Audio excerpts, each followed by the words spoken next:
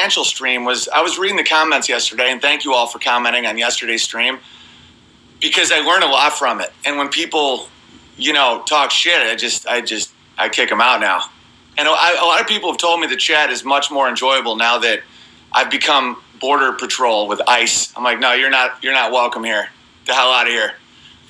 And this one guy wrote to me, you don't really have an IQ. This is why I brought up the IQ thing. You don't really have an IQ of 147.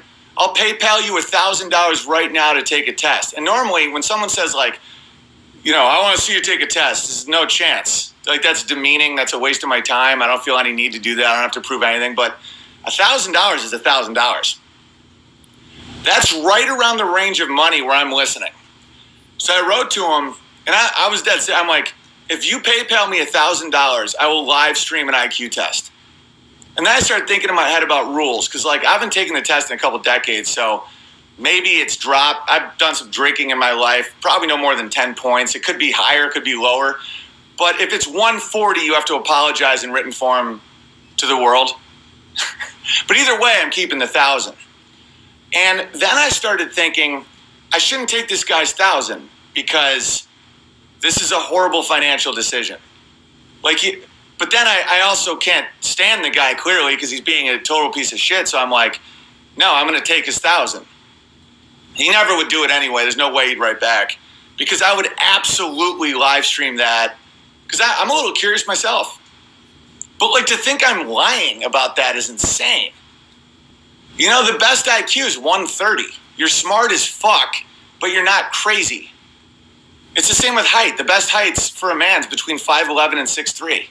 6'7's way too tall. It's like, I'm not bragging about my IQ. The best IQ is 130. Because you're crazy smart, but you're not seeing patterns in raindrops and shit. So anyway, I started thinking why the hell would this guy potentially give up $1,000 out of spite and envy? Because I've had people, and I've done this before too. When my first big check from Sony was big, $500,000 when I was 25. And so my buddy, who used to book the Improv and would help me get spots, had this dead end job. And I was like, hey man, do you want to help me for a year? And I just paid him $50,000. I'm like, because that's how I roll, and I don't regret it at all. Even though now he's a rich Jew from a rich family. Now he's in Black Lives Matter. That's awesome. But I don't regret it at all because it's that's how you build communities. It's I wouldn't have been able to be seen by Sony if he hadn't given me spots at the Improv, and I trust him. And what's money? When you have that amount of money, we could make something awesome, And I've gotten $1,000 before. This one, I can even say the company. I thought about not saying the company, but there's so many employees that I'm not ratting anybody out or something. It just makes the story a little funnier.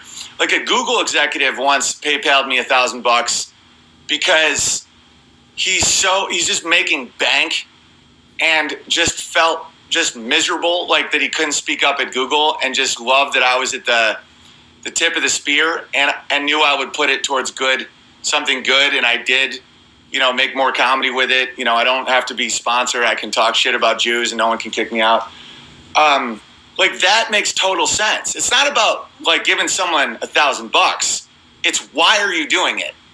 And this guy was saying that he was so convinced that I was lying. That's the problem with stupid people. It's a real catch-22 sometimes because they're too dumb to know it's not a brag. So you can't possibly explain it to them, and then they just spiral. So I'm like, why would you drop $1,000 on spite? And I would prove them wrong. The lowest it is 140 at this point, and that's from a good amount of drinking. But that would humiliate me. He would give me $1,000 for me to easily prove him wrong. That's like someone measuring your height. It doesn't change a lot. And so let's start talking about finances. This is the thing people have to understand. Stay the hell away from credit card debt. The way debt works, there's good debt and there's cheap debt and there's bad debt. Like my mortgage is a fixed 30-year rate, and this is going to sound like Chinese for a bit, but I'm going to do my best to explain it. A lot of you will probably think that this is redundant, but this isn't about intelligence. These are skill sets. Like this is something that if you know, you will be more prosperous in your life. So credit card debt is the worst thing you can do. If you're paying off your debt every month to like a Visa card or a MasterCard because of stuff you bought, that can be as high as 17%, and that's month after month after month. And if you can't pay all of it, the next month, if the debt goes up, the amount you have to pay only goes up. So basically, you're working for stuff. Like you're paying your material possessions. You're giving them a salary, basically. It's the opposite of what you want to do, which is investments. And no investment is ever going to pay you 17%. If someone can guarantee you 17%, bail. That's a Ponzi scheme. You know, you might be able to consistently get 4 to 8%. You know, that's even a little high. 3 to 7%. Okay, credit card debt can be 17%. So you can't off-balance that with other stuff. So that's what I'm trying to say is have credit cards to build your credit card score, but always get it back to zero every month. Okay, you have to be able to budget. Budgeting is very, very important. So let's say, and it doesn't matter how much you make. This is fractal, right? 1 year ago, let me show you something real quick. Let me show you something real quick about how it's fractal. This was just in Breitbart, I think 2 days ago. It says blacklisted 7 notable Twitter bans in 2018. So I'm like, that make the top 7? I better have. I was the first one to be permanently banned. I think in 2000, of all the notables in this, like Alex Jones and Gavin and stuff. And I did. And it says, libertarian comedian Owen Benjamin, who had over 120,000 followers, was banned from Twitter in April. And this quote, both Twitter accounts suspended and now my ability to make an income has been revoked, declared Benjamin in a statement following the ban. This is disgusting. I have a 2-year-old and a pregnant wife, and they just set my life back to zero with one big swoop. I just worked tirelessly for the 5 months building my online ability to make a living, and it's all gone. You will be next. Fight it now. Benjamin was often outspoken about his political beliefs, had an event canceled at the University of Connecticut in 2017 after he criticized the practice of giving hormone replacement treatment to children. Benjamin remains banned.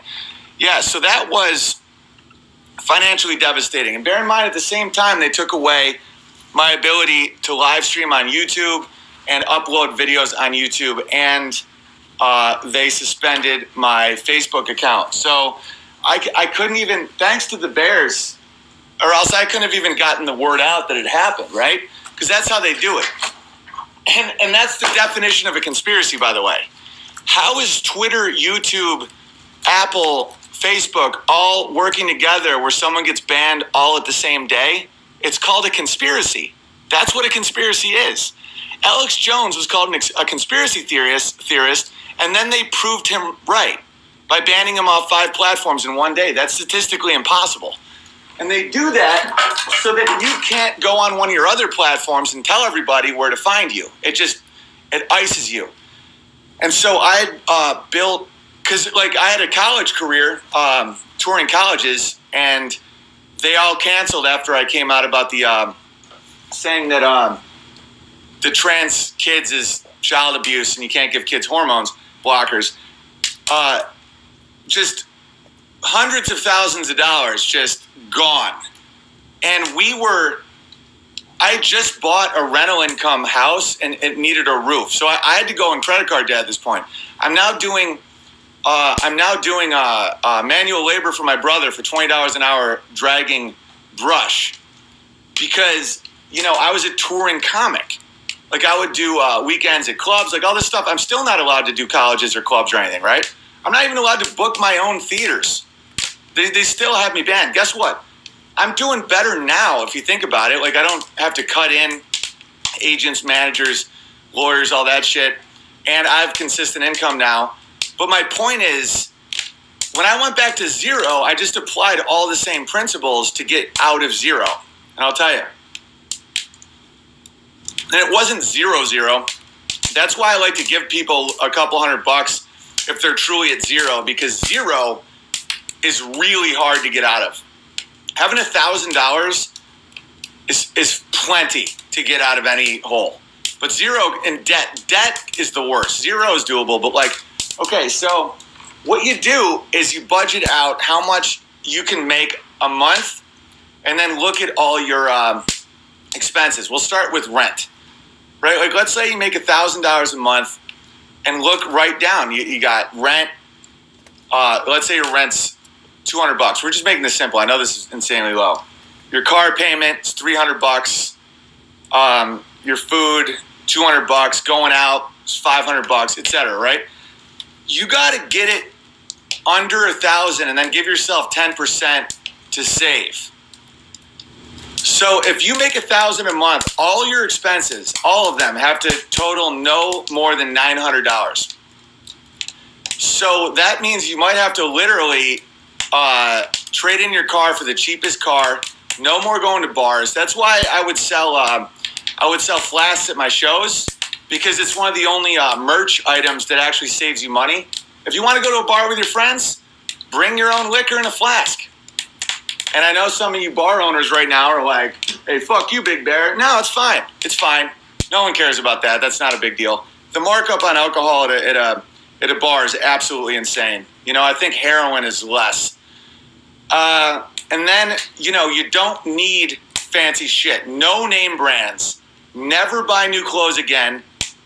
And then once you start saving money, make sure you pay off your credit card debt. Student loan debt is low. It is cheap debt because a lot of it's only 3-4%. But credit card debt pay off immediately, right? And so depending on what you do, if you work for a company and you're not your own corporation, just keep your shit to a minimum and then save 10% every month. Because what you want, this is the dream, and this is what I've actually started to accomplish, is you have your money work for you. So let's say you have $100,000, and you can make 4% consistently on that. That's $4,000 a year, right? Every year. And you lose nothing off the principal. So the principal is the amount of money you have, $100,000, and if you make 4%, that's $4,000 a year. Now you can start understanding the mega rich. Because if that's $1 million, that's 40,000. That's 10 million, that's 400,000 a year off 4%. You can give, your money pays you, right? And that's 4%. That's nothing crazy. It's the same with owning businesses or real estate, but if you're just trying to get out of debt, don't even think about any of that stuff. When I lived in LA, I shared one room with two other guys, at one point 3 other guys. I drove a 1991 Plymouth Acclaim with an orange fender that when I finally donated to the Kidney Foundation, they said it was worth $1. Okay, I worked in a restaurant, so I would literally eat food off people's plates. Why would I do all this? Because I needed time. If I had stuff, if I had an expensive car or went out to eat all the time or any of that stuff, I wouldn't have the time to do stand-up. And I saw that happen over and over again to entertainers in Hollywood. They'd go out there, they'd want that bling, and then they'd find themselves working all these shifts, double shifts at the restaurant every day, and they wouldn't have time to go to the improv or shoot a sketch, right? So the way I structured the currencies is I kept my expenses so crazy low that I just had to work to pay that. And then the rest, the free time wasn't spent playing video games or, doing what people do or whatever.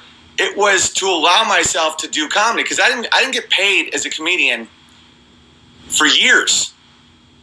And then even when I was on the show Punked, when I was 24, I got $300 an episode, and it would be all day. Imagine if I couldn't do the audition, and then there's a callback, and then when you calculate all the time you put in to just getting that rate, you're making less than minimum wage, and that would happen all the time for people. You'd land a commercial where you make 10 grand, but you had to audition 50 times to get that. And if you think about driving and all that stuff, but anyway, so my whole thing was my currency was time to do comedy. If I had to be at the restaurant every night to pay off debt or to buy stuff, I wouldn't have been able to be a comedian. So that's when you have to start thinking about currencies, right? Like a major currency is health. Like think about your job. If you have to sit 80 hours a week and you have like an Audi when you could easily have a 2003 Toyota, you'll lose years of your life from that. You know, self-respect is one. That's why that Google employee gave you $1,000, because that was, I totally understood where he was coming from. He had to feel better. He had to feel like he wasn't a total pussy. Where he's like, okay, because that's how war is fought. Like there's supply lines to the front of the line, right? Remember that movie? It just came out about the civilian fleet of ships in the English Channel that got all the lads back. It was directed by Christopher Nolan. Does anyone know what that is? This is some good content. I'm glad you like it, Tom. I think this is something that the people really need to understand, because it will free you. Oh, Dunkirk, yeah. I have no idea why I'm talking about Dunkirk. What the hell was I talking about with Dunkirk? Oh, right. Okay, so you have these like old dudes that are patriots and they're not of fighting age, or let's say someone was too slow or they're missing an eye. Like my uncle got discharged from the Navy because he was missing some toes. Legend. Like my grandfather didn't have enough fingers, and so he would mine the lead that went into bullets.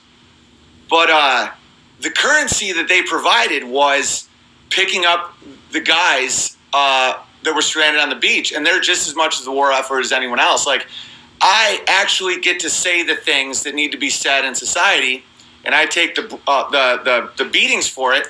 And there's people with jobs and they make tons of cash, but they can't say shit.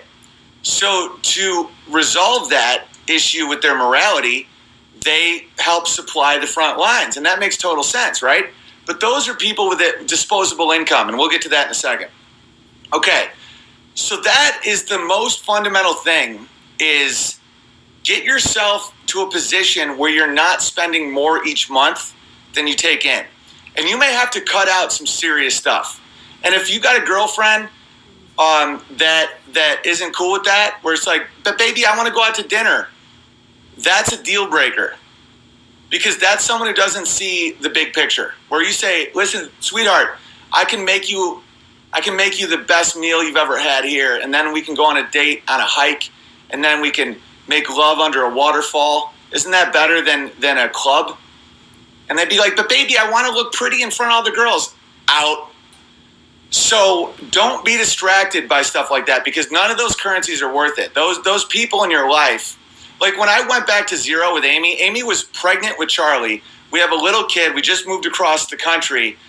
And that's why Amy and me are so good, and she's such a legend, is she was proud of me. She was proud of me for standing up for kids. And she said that she wanted our children to be the man that I was being. You know, and Amy loves fancy shit. All women do. All women, they're like birds. They like shiny pebbles. They're kind of retarded in that sense. But guys are like that with like throwing rocks at shit. You know, like me and my buddy are slaughtering a pig tomorrow. I've never done that, by the way. I'm a little nervous, but I feel like it's the least I can do because I eat pork. I have to be a part of it. So that's the most important thing. Now, the next thing I want to talk about is taxes. Let's say you're your own corporation. And this is why you have to think about buying a house versus renting. Right now, it's really hard to buy a house. Really hard.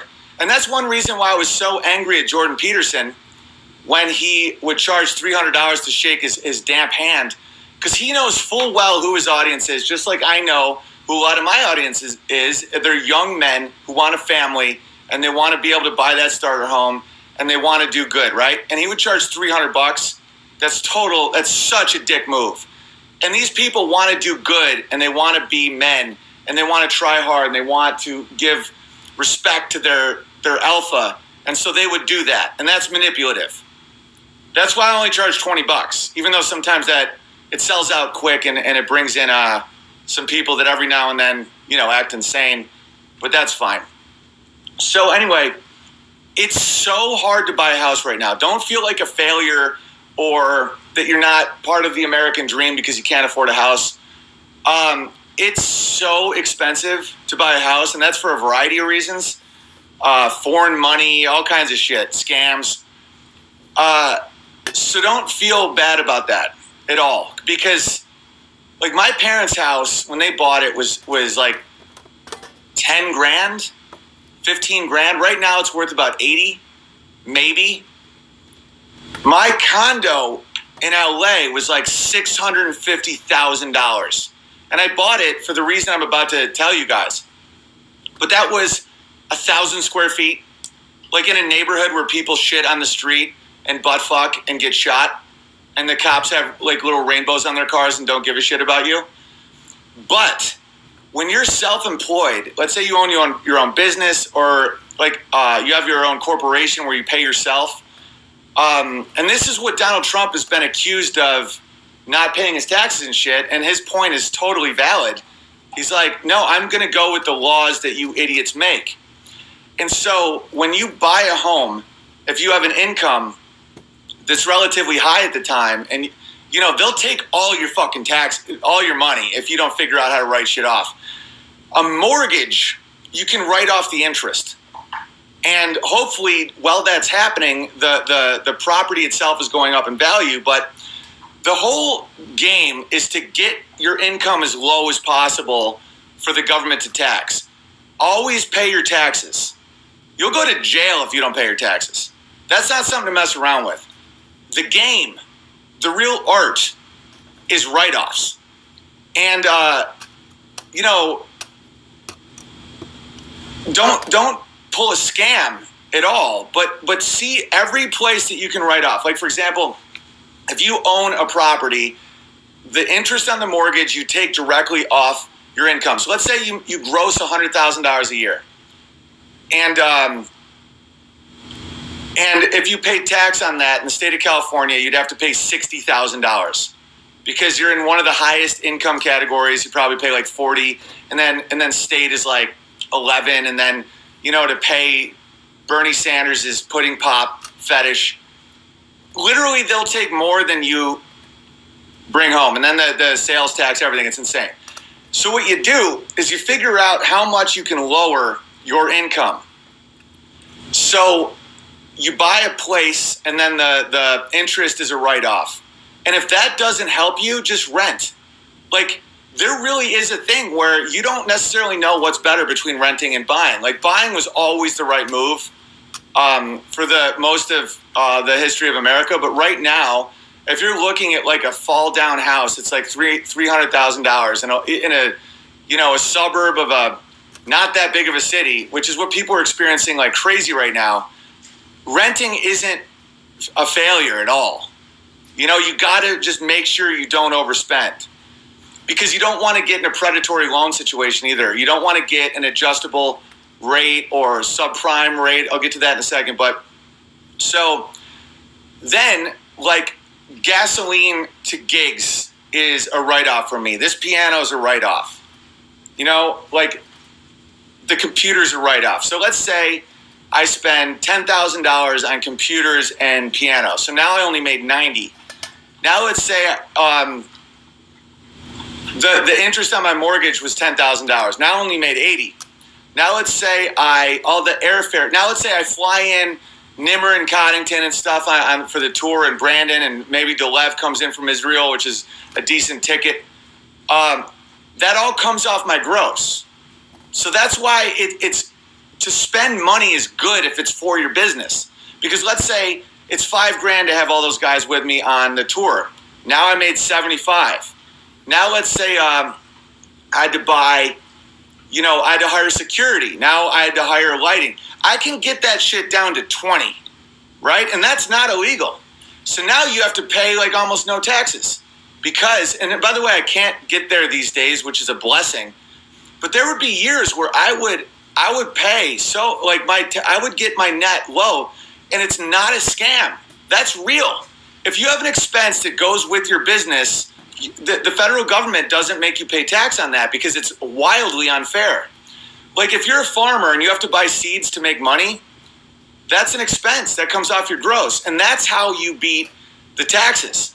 because you can't avoid paying tax on any income. They'll sniff it out, the IRS or bloodhounds, and they will put you in fucking prison. But write-offs is a very, very interesting skill, and I highly recommend you hire a Jew to do it for you, because there's so much. The book is like that thick to know all this shit. The tax law is a whole thing. So now let's get to whether or not you should go to college. I tend to say no, because it's about return on investment.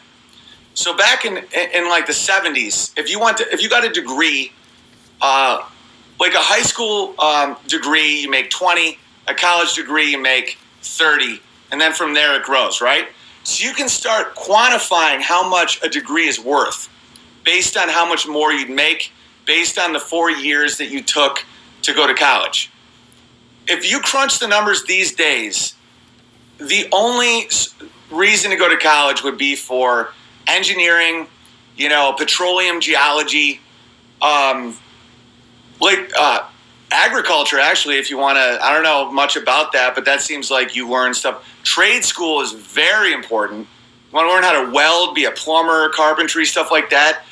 It's all about return on investment, because if you go get a college degree right now from a mid-level like state school in like history, it's a terrible idea. And I'm not being judgy, because that's exactly what I did. I had a degree in history, and back then it wasn't as bad to do that, and I'm glad I went to college. I learned a lot. It was the first time away from home and all that stuff, but there's no return on that. All it does is put you in debt, and bigger and bigger and bigger debt. And it's the only debt that you can't declare bankruptcy on. Like, you could buy an airplane with a Discover card and declare bankruptcy, which is not good. You don't want to do that. But it'll wipe your debt clean. You can't declare bankruptcy on student debt. And so any liberal arts degree is literally a chain around your neck, because now you have to take that stupid job just to pay for your health insurance. Now you have to, every month you have to pay it off. You get no value from it. You lost 4 of your most productive years, and you're more likely to vote for the left. It's a leftist scam. Because when you're in debt, when you're feeling like you're suffocating, you're going to vote in big government protection. People, that's why women usually go towards safety and men go towards freedom. Women go towards freedom when when their moms and their husbands make cash, and they want their husbands to work hard. And men will go towards safety when they're in debt and they have no hope for their future. Hey, Georgie, it's all good. So this is by design. There's a reason I'm taking the time to try and explain this to you guys, because they want you looking for safety. The scam, the ultimate wizard move, is the expansion of government. So they want you to be in a position where you can't afford healthcare unless you have a job. The job pays $30,000 a year. You're in $60,000 in debt, and there's no way out. Georgie, I'm going to call Amy to bring in George. Hang on a second.